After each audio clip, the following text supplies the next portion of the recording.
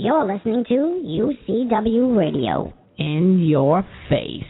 What we got here is a failure to communicate. Oh, have I got your attention now? Greed, for lack of a better word, is good.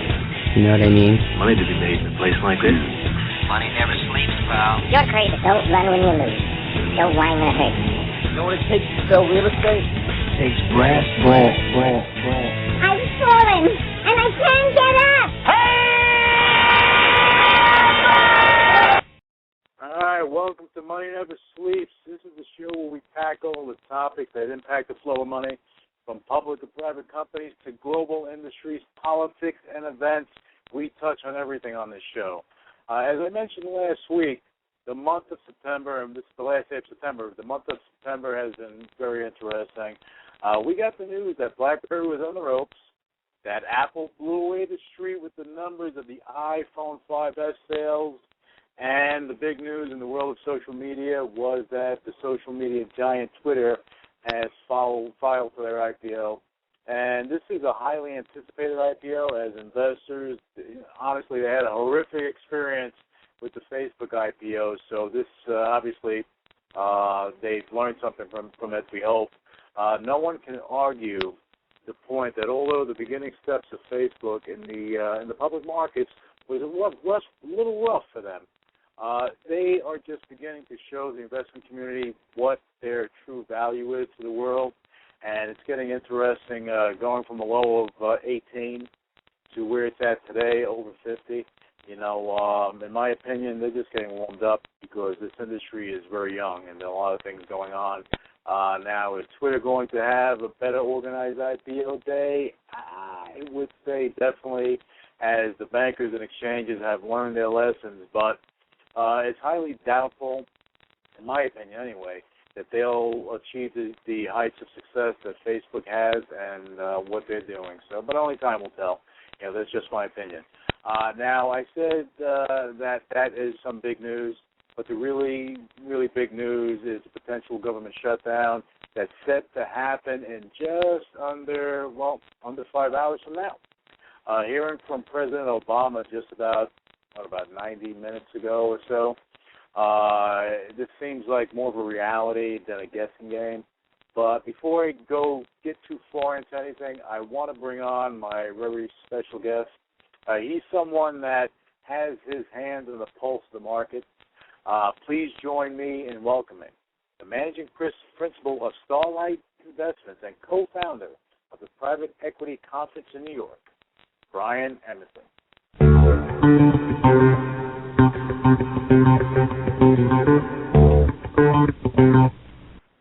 Brian, welcome to Money Never Sleeps. How are you? Hey, Lou. Thanks so much for having me on. Really appreciate it. You do a great job. Oh, thank you so much. You know, it's always great having you on, and actually, it's kind of our anniversary, isn't it? Yeah, it's been a little while. After the whole thing with Sandy, that really hit a lot of people hard. That was unfortunate.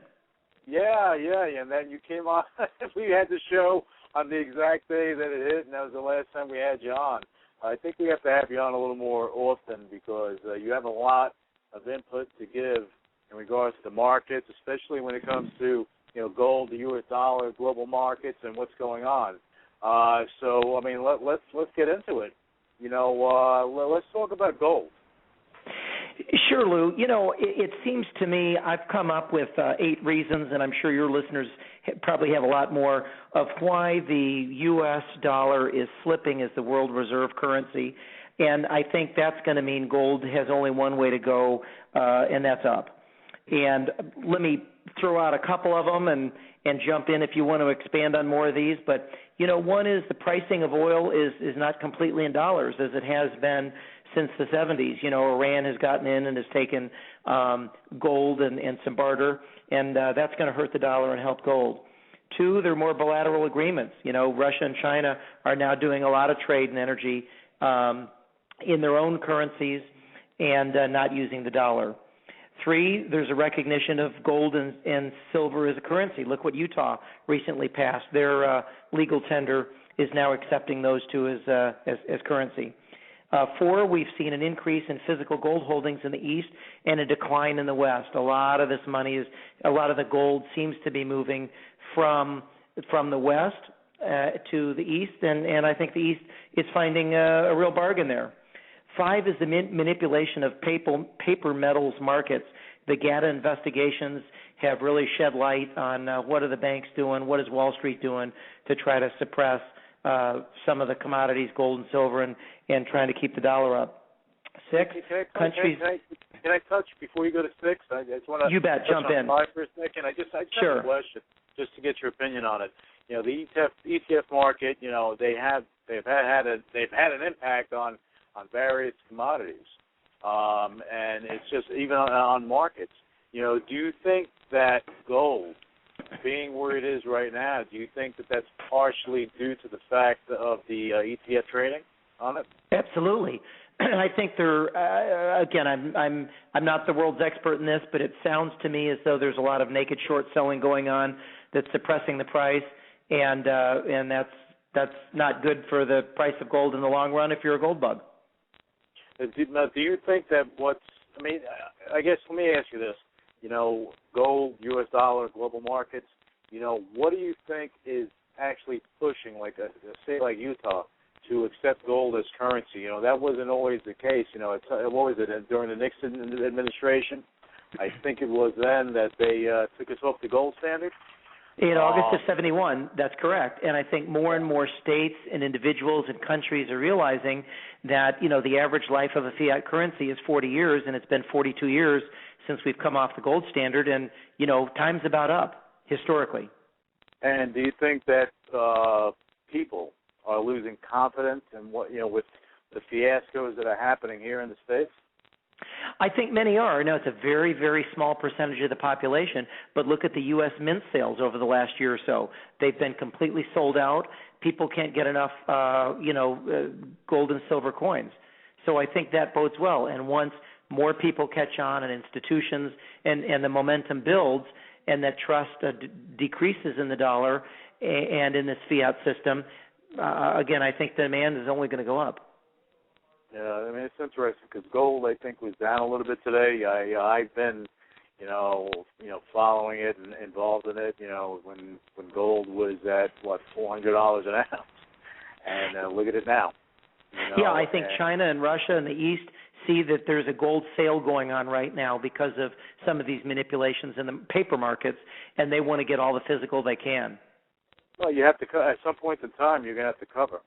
You know, and if you're shorting, even, you know, on the paper shorts, you know, if you get called on stuff, you actually have to cover this. Well, that's right, and it could be in paper money, which can be printed, or it can be in physical, and someday if the physical doesn't exist in the vaults and people find out that the emperor has no clothes, that's going to cause a real loss of faith real quickly.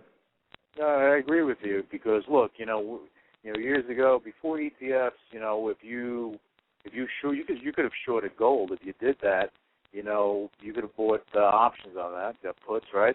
And you go and you do that, and you know, if things went the wrong way, you would have to cover that. Right. You'd have to come up and with of course, commodity. But that's right, and we know that the paper markets are trading many times the multiples of the physical markets. There's no way that you could that you have the physical to back up all of the paper trading, and so it's much easier to manipulate the paper markets. Yeah, and it's interesting. You would think that people out there, you know, the banking community, the governments, that they would learn from what happened with the mortgage fiasco and what transpired there. You know, it's crazy.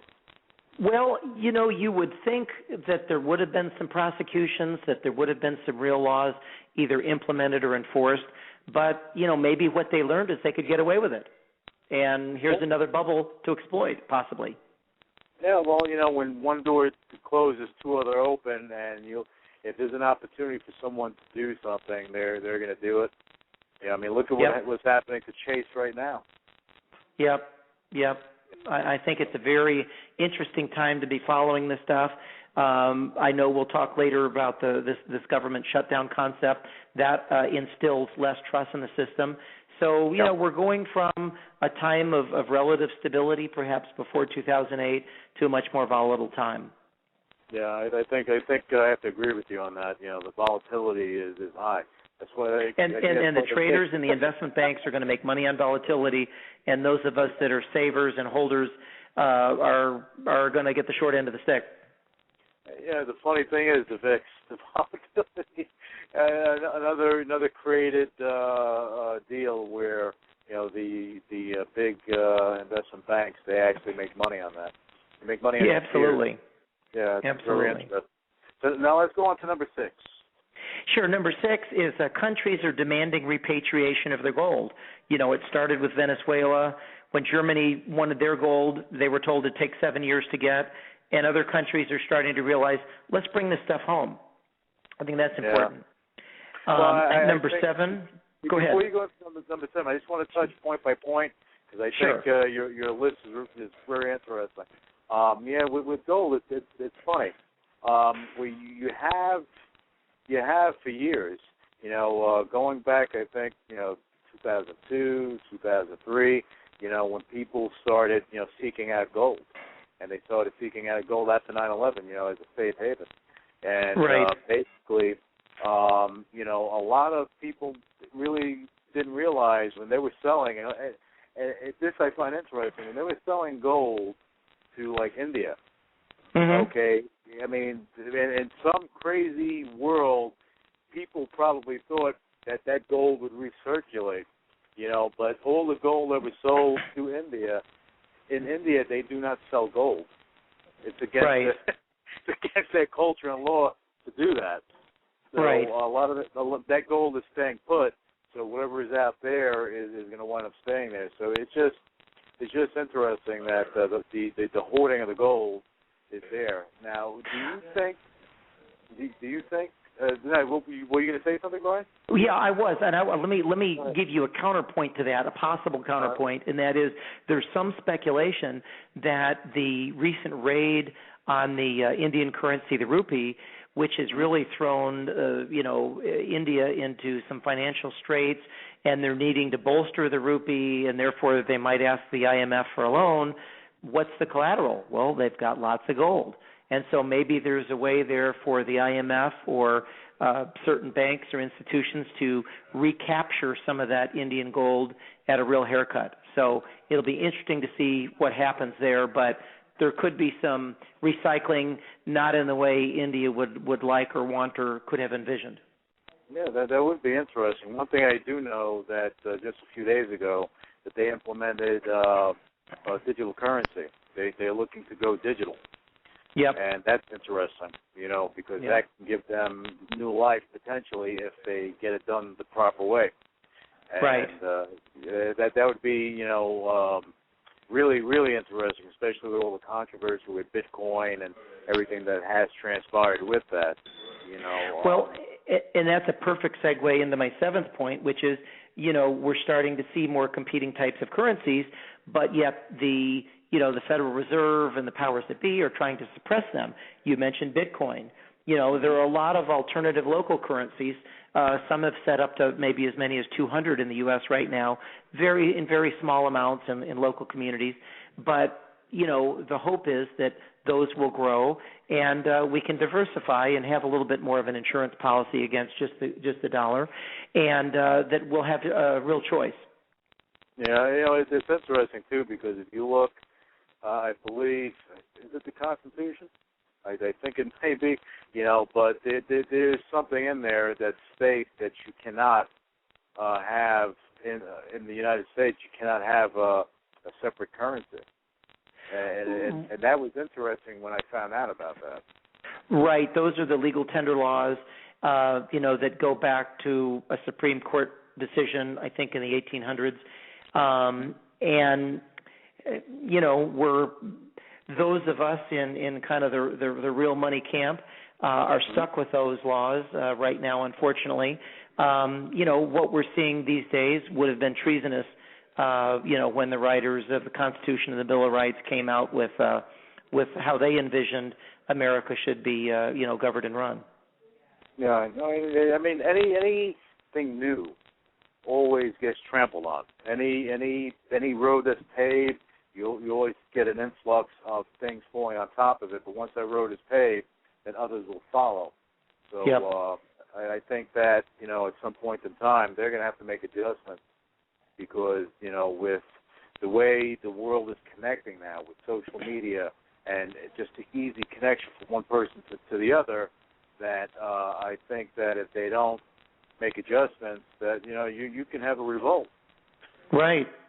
Well, and again, the last point here, this increase in printing and the increase in the Fed balance sheet from less than $1 billion, I think, in 2008 to around $4 billion now, is indicative of we're diluting the money supply. I'm not sure that inflation is being calculated correctly. When you look at something like shadowstats.com, there are several ways to measure inflation, and especially since we've been taking out, food and energy, I don't know that we're seeing the true level of inflation. And I think all that's going to decrease confidence in the dollar and increase demand for gold. Yeah. I mean, it's an interesting time because I believe that you're right. When confidence starts to slip, people are going to look for alternatives. They're not going to sit there and wait. They're going to try to figure something out. Look, before they developed the currency, even in this country, what was happening? They were trading. Right. They're trading this for that or this for the other thing. Right. But you had different forms of currency. Yeah. So that would be really interesting. Well, and I think one of the things that came out of Sandy, or that have come out of other natural disasters recently, has been the idea of becoming a little bit more prepared. Even FEMA produces a good list of things that you ought to do to be prepared. And whereas they're not saying diversify out of the dollar and get gold, they are saying, what happens if the ATMs don't work? I mean, have some cash on hand, have some extra food and water, have the basics, so that if something does happen and you need a couple days for things to get straightened out, you're going to be okay. Obviously, if there were to be major disruptions, such as who knows what's going to happen with this government shutdown. If this goes on for some amount of time, that can really destroy trust, and people's support networks are going to evaporate or could evaporate if things get really bad and prolonged. So. Yeah, I think everybody needs to think a little bit more about what they need to do just to get ready in case of any kind of disaster or emergency. Oh, it's all precautionary because you don't know. It's just like people. What was it in the 40s or 50s? Mm-hmm. They built bomb shelters to get prepared. They're doing it now. As a matter of fact, they're building these, but they get it's being prepared. Having your things in order just in case. Right, and of course, in this country and in a lot of the Western world, we've prided ourselves in our increases in productivity and efficiency in the business world, and that's great. And we've certainly been more productive and efficient. But the other side of that coin is resiliency. If if you're doing things so efficiently and just in time, you have no resiliency. If your system teeters or becomes subject to some kind of disaster emergency, there is no plan B. And I think more and more people are thinking about what do we need to do for plan B just in case. And it costs money, but it would provide more resiliency and a backup. Yeah, well, I mean, just going back to Sandy, when everything happened there, if people were prepared, for that, I think they may have I mean, it's hard to say, but maybe they would have been better prepared for what was to come. But again, even you can be as prepared as you need to be, but you never know what's going to happen. But you have to try, and that plan B, I think, is very important. Right. Absolutely. But let me ask you this now, with because you deal with the public and private sector, and I'm just curious on your experiences so far with what's going on with Obamacare and everything that's transpiring. Do you find that that looming, the Obamacare looming, do you feel that is bringing more private companies to wanting to go public, or more, private companies looking to sell to private equity? Well, I don't know that I can draw any conclusions yet about the effect of Obamacare on financing in the U.S., other than to say that companies are having to spend more money to comply. They're looking for ways to reduce their out-of-pocket and their costs overall. A lot of them that I've talked to have said either we're going to hire more part-timers instead of full-timers, or we're not going to hire more at all, or we're going to give people a small payout and let them go to the exchanges and get their own health care. So I think they're seeing that as a cost center, and of course any cost center increases the cost decreases the amount of money available at the end of the term, and raises the cost of doing business. So I don't know that it's going to stop people from going public. I think there are much bigger trends out there. Just in general, the growth of the federal government, there's a lot more regulation, there's a lot more costs, there are a lot more taxes on small to medium-sized businesses that are in the process of forming their capital versus, big companies that are already public. And so, as they look at their different costs, we went through that whole cycle some years ago with Sarbanes-Oxley. That was a big shock to the system. And we saw a lot more companies go public on the AIM in London than in the U.S. And then after that, we saw some companies go public in Hong Kong. And so, companies are going to look for the lowest cost of capital. And, I'm afraid that it's not going to be the U.S.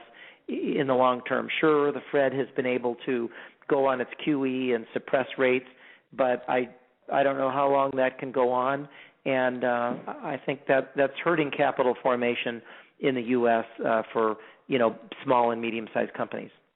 No, look, I think that if you get an injury to your leg and you're bleeding profusely and you put a tourniquet on there, it's only going to last so long.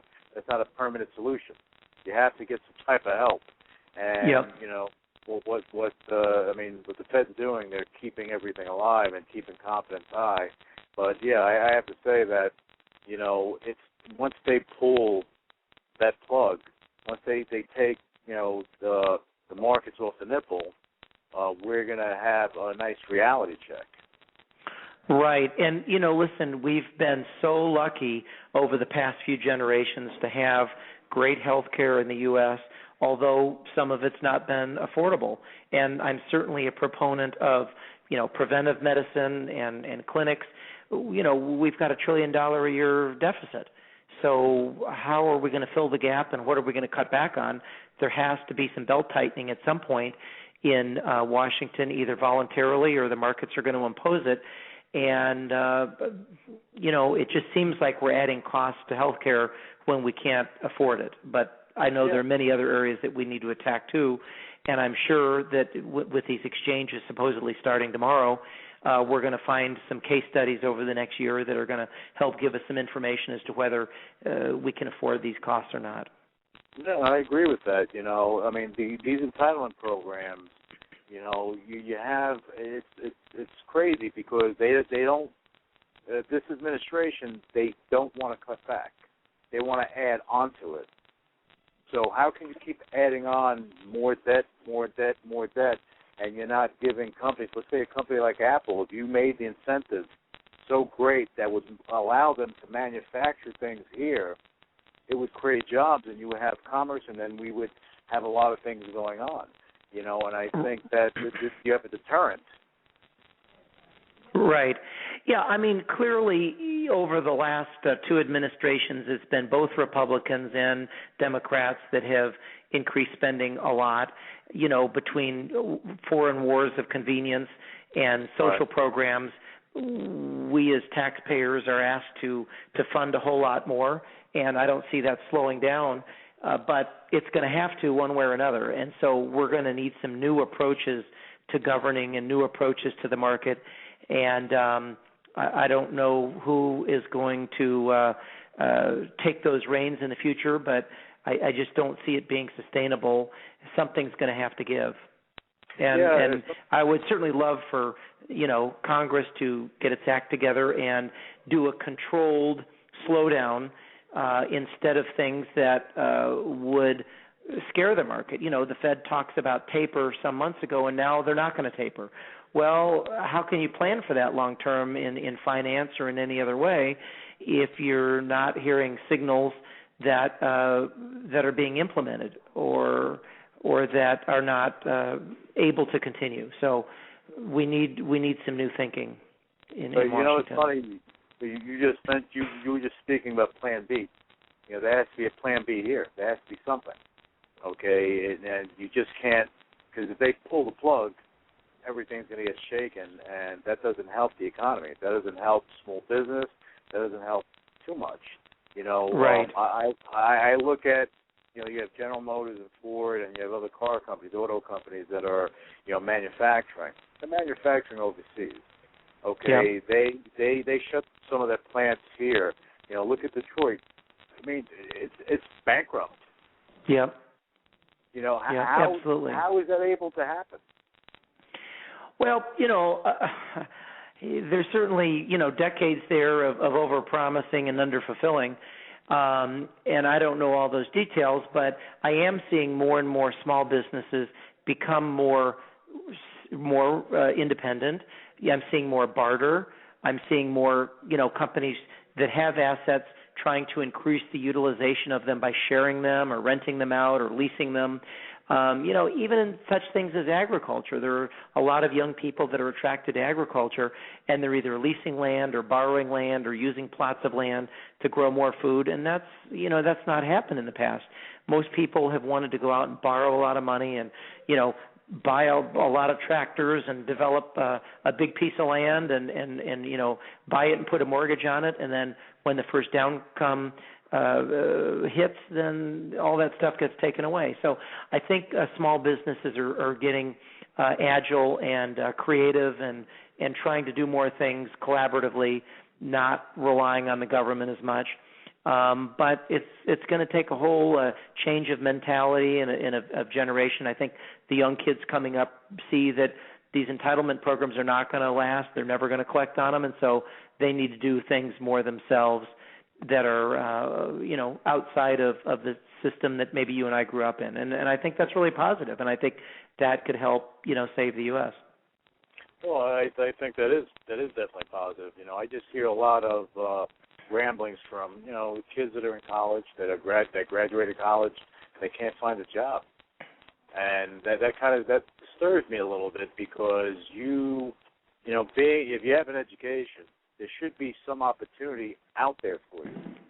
And we do have an entrepreneurial spirit here in the U.S., and thankfully we do, because that allows us to bounce up, because we're resilient. We can fight back and bounce back. Right. But I think that, as far as not being dependent on the government, I agree with that. But at the same time, the government cannot suppress the growth of small business, and that's something that has been happening. Even though they say they're helping, you have to get out of the way and let them grow. Right.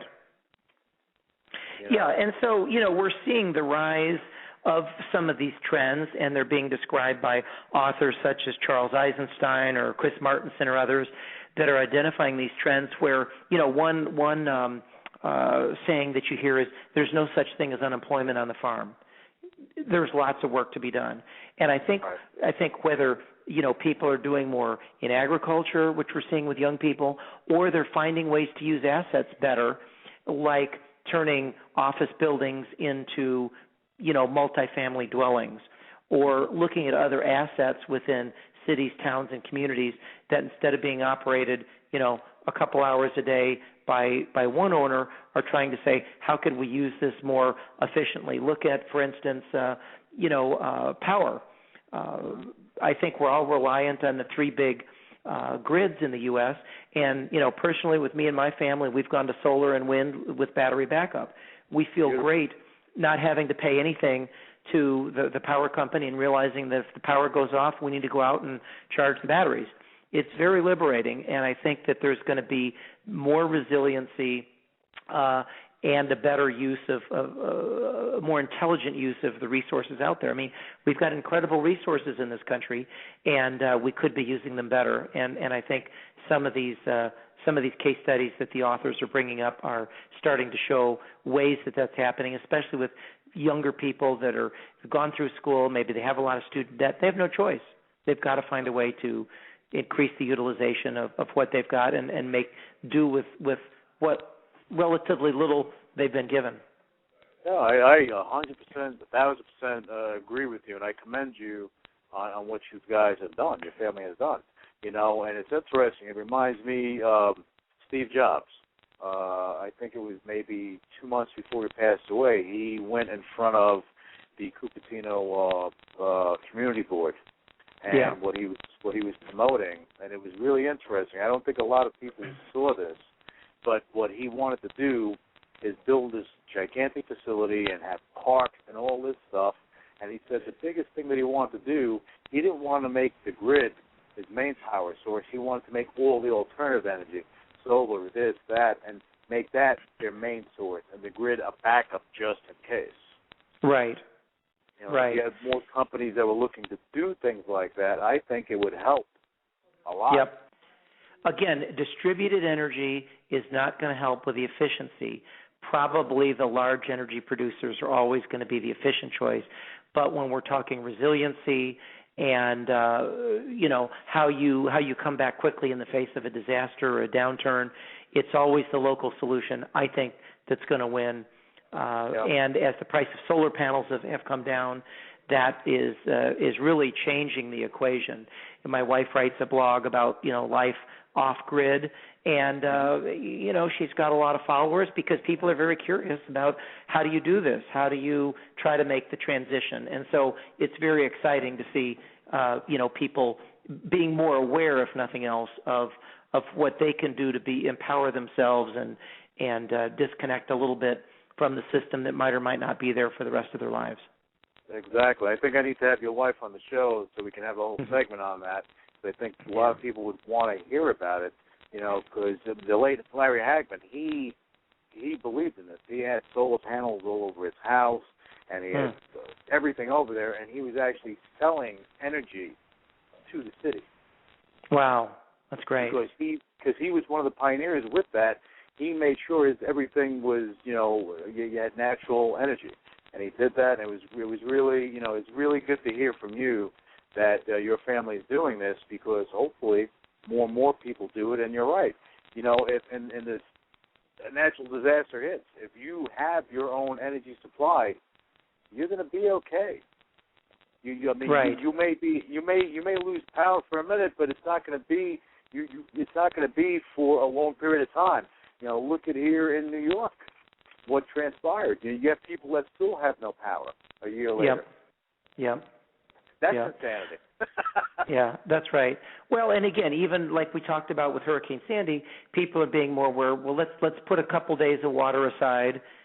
Let's put a little bit of food aside. Let's just build our reserves a little bit more. I realize not everybody's going to be able to get off the grid, but if they can be a little bit more resilient and independent, that's going to help their quality of life. And yes, it's not as efficient. It costs them a little bit of money, but look, we buy insurance with the hope that we never have to use it, right? Right. And this is why I look at Elon Musk and what he's done with Tesla, and what he continues to do. And I think what's going to wind up happening is that when they figure out, and I believe I was reading something not too long ago, and they were taking an energy source, and I forget what it did. It did something with electrons, a proton, but the thing was about a city block long, and they took all that energy from that city block long pipe, and they fit it in a little speck that fit on your finger. It had the same amount of energy. So if they could do something like that, once they figure that out with the cells in the electric cars, I think that's going to be the wave of the future. Well, and remember, the first if I remember correctly, I believe the first commercially produced electric car came out in 1916 by Ford. I saw one yesterday. And, so what's happened over the last 100 years? How did we lose sight of that? And it had battery technology that we've had up to a couple years ago. So, yeah, you're carrying around a whole bunch of batteries. But back then, when the cars came out, there were prohibitions about, the gas-fired cars that would backfire, scaring the horses, and that they were, had certain speed limits and all this. And the first people that bought electric cars were able to do just fine. They had a range of 65 to 100 miles. I think they went 20-something miles per hour. So for someone getting around town, and for a lot of towns 100 years ago, there probably weren't a lot of roads to go on. Isn't it a shame that we don't have 100 years of improvements in the electric car? But, again, some things were sidelined and we're rediscovering. Yeah, I have my opinions on that as well. Basically, there was no profit in it. There was profit in gas. There was profit in oil. There was profit in those resources. That's when you had the Morgans and the Mellons and the Carnegies and all these people that actually ran, while the natural resources, the oil company like Standard Oil. If you had electric cars, what would be the profit in gas? Right. Surely that it must have been more efficient, if not,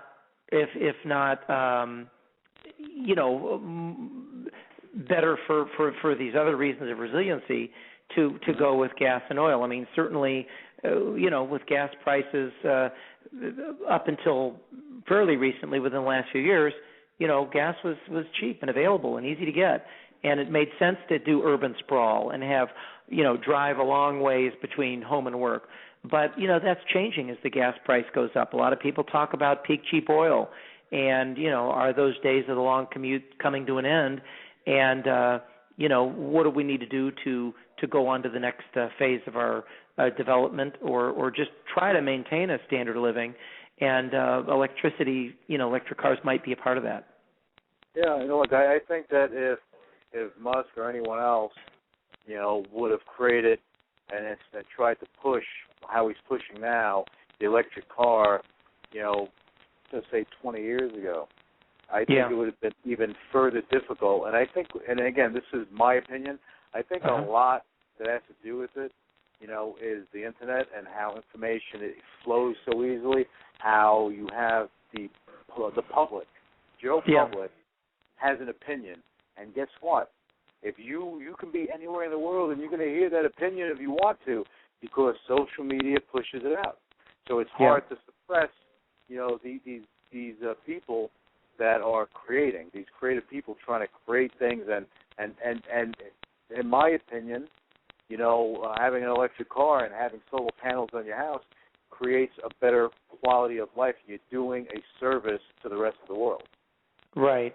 That's right. And we haven't even talked about, emissions and, what does that do possibly to the environment, because we know that in many cases, the environment is in trouble around the world. And I'm not suggesting that 100% of that is human-centered, but, we are a lot lower on resources, look at fish in the ocean and different things than we were years ago, but yet population is at an all-time high.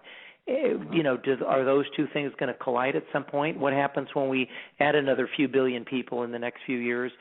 How and where are they going to get the resources to eat and maintain themselves? So, there's some dangerous trends conflicting here, and I certainly don't have the answers to how those go. But let me go back to Elon Musk one more second and just say that I'm not as an exciting proponent of his Hyperloop that he's proposing for this kind of electrified high-speed train in California, when it's competing against another very expensive project for high-speed train in California. And quite frankly, I think we'd be better as a society to have slower speed if it would be cheaper and help get people and goods moved from point A to point B. I don't know that the speed is going to be that important at this level of energy prices. When you're really just trying to move basic goods back and forth, I think that would benefit, more people in our economy in general than trying to get a few people from point A to B quicker. But I agree with that. That Hyperloop, honestly, just scares the crap out of me. To go in a tube, you're going, I think it was 400 miles an hour. Some huge number, yeah. Oh, yeah, I don't know. But again, speed isn't the only thing. I think that's the beginning phase. That's the idea. Yeah. And then he lets it out there, and then people come in and they try to make it better. And that's one of the great things there, because I don't think when he did that, I don't think he was doing it for profit.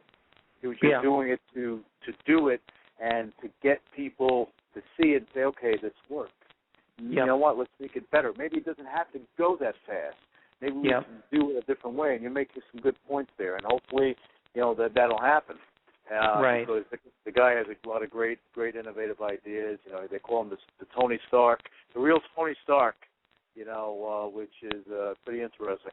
But before we touch on any more energy topics and technology topics, what I want to do, if we can speak about what's going on with Starlight Investments, because we haven't really gotten into that, and I want our listeners to get a good feel of what you guys are doing there, because you're doing some great things. You have a lot of situations that you have going on. So if we can go into that, that'd be great. You bet, sure. Well, I think one of the things that we do publicly is we host these conferences in New York at the Yale Club 5 times a year through our sister company, Starlight Capital, and all that's described at events.starlightcapital.com. The next one coming up is November 21st, and it's very exciting for us that we talk to hundreds of entrepreneurs to get the 15 that are going to present to about 150 investors there. And it's really exciting to see some of the trends, some of the optimism, some of the methods that these early-stage entrepreneurs are using to help get their companies to the next level and survive in some times that are going to be very different than the ones in which you and I grew up in. So that's exciting, and hopefully you and some of your listeners will join us on the 21st of November for that. That's something that's exciting to see. We describe that on the website, and again, it allows us to look at some of these trends and see some new ideas that are coming out. I think we're also looking into the whole crowdfunding model and the Jobs Act. I know there's still some regulation that's not completely finalized out there. We are able to do more mass marketing for investments than we've ever been able to do through that. But I think that when and if crowdfunding gets finalized, it'll be an exciting opportunity for more people to participate in democratic markets instead of being confined by choices that Wall Street sets. So I'm hoping that between the crowdfunding online and what we're doing face-to-face gives more people the opportunity to get involved in exciting things. And granted, there's risks in early-stage opportunities. Not every opportunity is appropriate for every potential investor, but I think the idea of having more choice is something very much in keeping with our democracy and our values, and hopefully we'll get all those regulations nailed down shortly. Yeah, definitely. Let me ask you a question, Brian. Now, going back to crowdfunding, even though the Jobs Act is in flow right now, and that's how Twitter, they filed their S1, they took advantage of that, and so a lot of companies are actually doing that. You have that Candy Crush Saga company, King. They're actually taking advantage of that as well. They filed their S1. They're going public. But now with crowdfunding and the smaller entrepreneurs that are looking to raise capital, with the Jobs Act, they still pretty much have to put they can advertise it, but they have to actually put their documents and everything in order. And again, if I'm wrong, please correct me. But do they have to go and submit that information to the SEC before they go and market and advertise? Right. I've looked more recently at the private crowdfunding offerings than I have with any changes to S1s. But, basically I think a lot of the crowdfunding offerings that are not the donation model are really the Reg D, private placements that have gone through broker-dealers for years and are still limited to accredited investors. So Right. I don't see a big change there. And certainly there needs to be lots of investor education that FINRA is doing and will continue to do, I'm sure, to help non-accrediteds get involved if and when all that regulation comes about. But I think you've got some of the traditional 506 type offerings that are being implemented through the crowdfunding sites, many of whom have paired with broker-dealers. And so I think that's good that there's more visibility out there, even though it seems to still be restricted to accredited investors. I think that could change soon. Right. Well, I think that education is definitely a big component in this, because if you educate the masses, I believe that, hey, if someone had the opportunity to, get a couple of shares in one of these big IPOs before they were close to doing anything, to be one of those original investors, it would be something fantastic, because then you'll have more people generating income, generating wealth, and hopefully, increasing commerce, increasing things here, and having money flow. I think that we need more of that going on.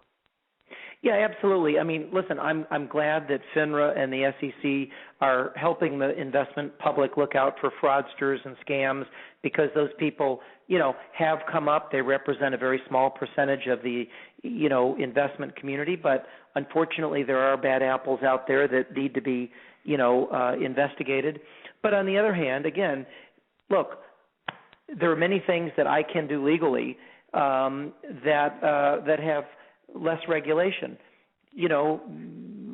We all know that when we turn 18 or 21, we have certain rights that we could even put our lives in jeopardy and do so legally. So why can't we spend some of our money to get involved with some of these new things that could really be exciting and could be in line with our passions and interests? I think that more people need to think that way. And you do have bad apples in every industry. You have people that go and they take advantage of what's in front of them just to line their pockets. And that's where it's sad, because you have good people that are trying to do good things, like you, Brian. What you're doing there in Starlight, you are actually creating a vehicle for these young companies to get out there in a way normally they could not get out there. And you're putting them in front of people that normally they would not be able to see. Yep, absolutely. And I'll tell you, these days we're seeing so many great capital-efficient companies that are coming out that don't need the kind of money that maybe the average business could have used, a generation ago to accomplish similar goals. If somebody's starting a website and they've got a new concept and they need some money to, buy some server space and do some initial marketing, that's really cheap. We're not having to go out and buy apartment complexes or, build skyscrapers to then house people and charge rents. This is really capital efficient. I think that a lot of the businesses that have been built, like, you've mentioned Facebook and Twitter. I mean, look at all the businesses that have been built out of the garage in the last, 10, 20, 25 years, that with just a little bit of money turned out to be really life-changing opportunities, not only for the investors, but for all stakeholders of a company. So it's an exciting time to be involved in business and investing and enjoying the benefits of creativity and innovation. But on the other side, some of that's getting stifled by an increase in regulation and taxes and things that are hurting the economy and the environment. Right, and that's the rub, because you want the entrepreneurial the spirit to fly. You want especially now with technology. You know, I tell kids, you know, you're going to school. What should I take up in college? Take computer engineering, technology. Do that because that's the future, and you'll never go without a job. Maybe you'll come out and create something yourself, and create your own destiny. You know, it's hard to do it when you follow what society's telling you to do. Because I've always believed when you do that, you know, you're losing out on something. You definitely have to. Yeah. Well, and again, I go back to the idea I talked earlier about barter. Let's overlay that with a concept of technology incubators. You know, there have been a couple generations of technology incubators that have come and gone, and a lot of them rely on giving some chunk of money, could be $20,000 to $100,000, to an entrepreneur, give them a cubicle, give them some support, give them some business professionals like attorneys and accountants to help them grow. And I think cities who are trying to help instill more entrepreneurism and new businesses are going to get on this concept of repurposing assets in their town and barter to do things like, you know, take that old warehouse or take that old apartment building and let's turn it into a place for, you know, young artisans and entrepreneurs to work and grow at very low or no cost until they get to a point where we can decide is this viable or not. If it's viable, well, then maybe a VC or some later stage investor will take them out and off they go. You know, if they're not viable, well, you know, they haven't been unemployed on the streets. They've been doing some productive things, trying some new ideas and concepts, building social skills, developing networks and relationships with others that are going to serve them and that community well in the future. So I think we're going to see more communities getting on this idea of repurposing assets to help entrepreneurs and artisans grow and thrive. We saw that, for instance, in Iceland. There were a lot of these groups that went into some of the stores that couldn't be rented after the Iceland crisis, and now they're beyond, the low point that they were at, and things are really starting to do well there. And hopefully some of these communities and even countries around the world are going to see that. Barter is really big in Greece right now. So interesting trends. Hopefully we'll be able to keep our fingers on the pulse of as we go forward. Yeah, no, I like that concept, and I think if more cities did do that, you have a lot of innovative young people that need that opportunity. You know, so with more governments, instead of imposing regulation, I mean, you need the regulation, but instead of, you know, holding something back, you know, create an incubator, create that. Let them go out there, let them go and learn how to fish. You teach them how to fish, they're never going to go hungry, and they're going to help build the economy back. And this is, and I'm glad you said that, because you hit the nail on the head. You need to nurture and push it up, because if you don't do that, then you're going to wind up losing out. Now, but before, I know we went a little longer than we wanted to, but this conversation, the show has been great. You know, we've been touching on a lot of things that are important.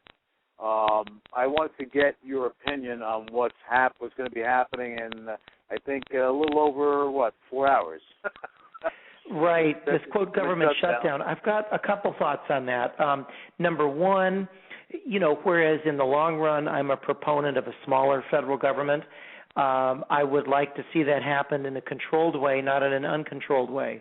If things really got bad quickly with this government shutdown, that's going to destroy and erode trust in the market, in our economy, in our country, and I'm really sorry and embarrassed that our congressional leaders and the White House haven't been able to avoid this. But on the other hand, I also think that the media is hyping how bad it's going to be. You know, when I read and hear from people about what's actually going to be shut down, I don't think I'm going to miss those things, at least not in the short run.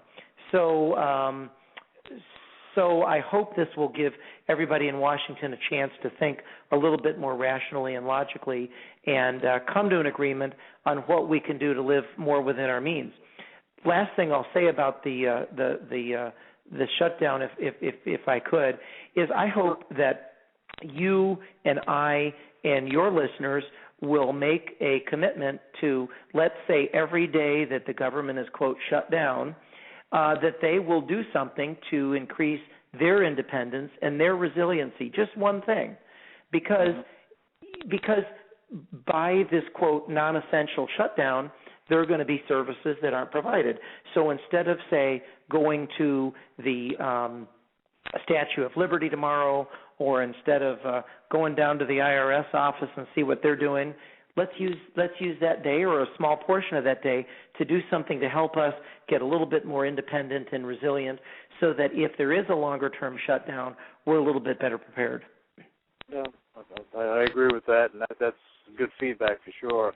And I think that our listeners should actually take that into account and use this as an opportunity, because this can be a long-term reality. I don't think they're going to allow it to happen, but this should be a platform where people can actually go and get their independence back. They can go and be self-sufficient in certain ways. Okay, that's right. And not be dependent on the government to come in and say, hey, we're going to go and do all this for you, or you can come do this. You have to stand on your own 2 feet and try to do things, because that's going to help that'll trickle down to other people. Absolutely. Even if they're just baby steps, and if all they do is put down on a piece of paper a list of everything that they're dependent upon in the society or by the government, and in the next column what they could do over time with limited resources, nobody has unlimited resources, to try to become more independent, I think that ought to create a lot of good actions and healthy debate. No, I think you're a prime example of that, Brian, with what you and your family have done, and it's really interesting. I think our listeners definitely should take a lesson, take a page out of that lesson book, and utilize it to have a better life themselves. You increase, you have a better quality of life. You can have a longer life. You can enjoy it a lot more instead of we're all used to the hustle and bustle.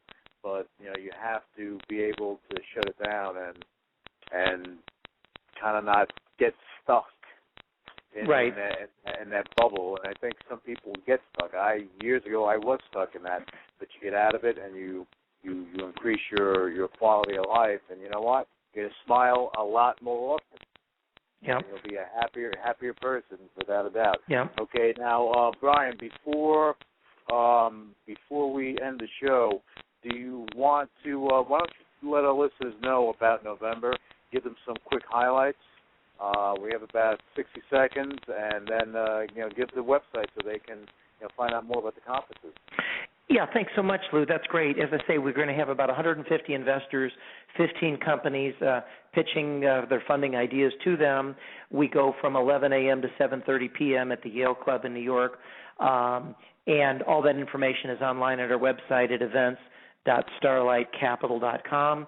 I've got my contact information there, so hopefully if they have any questions, they'll contact me, and I look forward to meeting some of your listeners in person. Okay, that's fantastic. And I do urge anyone that will be in New York at that time, and especially if you're an investor, definitely reach out to Brian. If you are an entrepreneur, definitely reach out to Brian.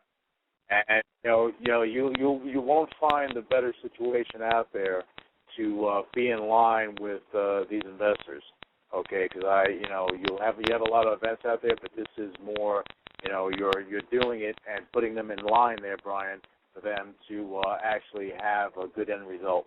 So I commend you on that, and I thank you for coming on the show. We have to have you back on a little more often than 12 months later, I think.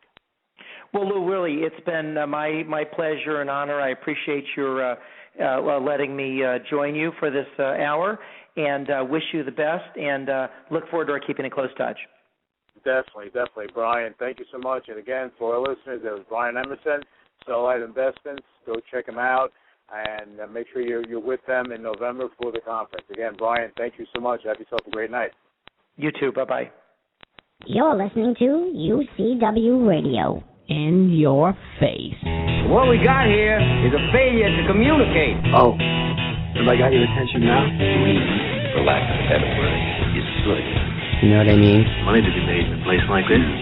Money never sleeps, pal. You're crazy. Don't run when you lose. Don't whine when it hurts. You know what it takes to sell real estate? It takes brass balls. I've fallen, and I can't get